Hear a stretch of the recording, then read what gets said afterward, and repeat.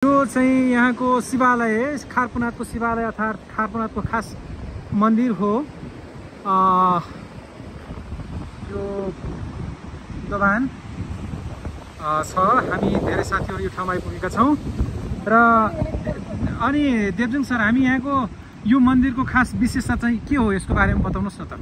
यो चाहिँ खासै एउटा चाहिँ शिव मन्दिर हो। शिव चाहिँ यो पार्वती चाहिँ के अरे यो सत्यदेवीलाई चाहिँ सत्यदेवी के अरे हुँदाखेरि के अरे सत्यदेवीलाई शिवजीले चाहिँ पृथ्वी परिक्रमा गर्दाखेरि एउटा रात बास बसेको स्थान हो चाहिँ।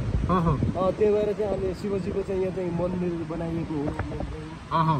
यसमा चाहिँ अब यसमा चाहिँ देखिने उहरू शिवका उहरू तथ्यहरू धेरै छन्।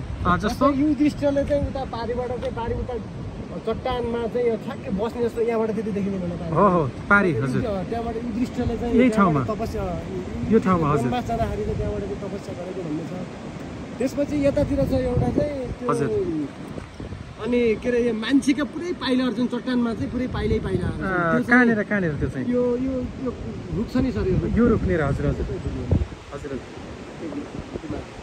हजुर हजुर हो। यो चट्टान छ नि, यो प्लसदेखि देखिन्छ नि हो यहाँतिर छ।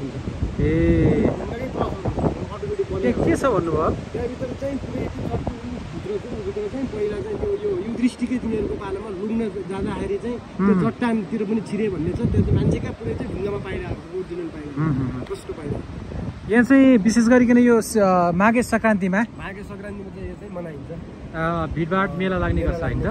अनि यहाँ एउटा गजबको कुराकानी, यो मूर्ति तपाईँले जुन देखिराख्नु भएको छ यहाँभित्र एउटा यो चाहिँ यो ओरिजिनल नै हो, यो प्राकृतिक रूपमा यस्तै थियो होइन।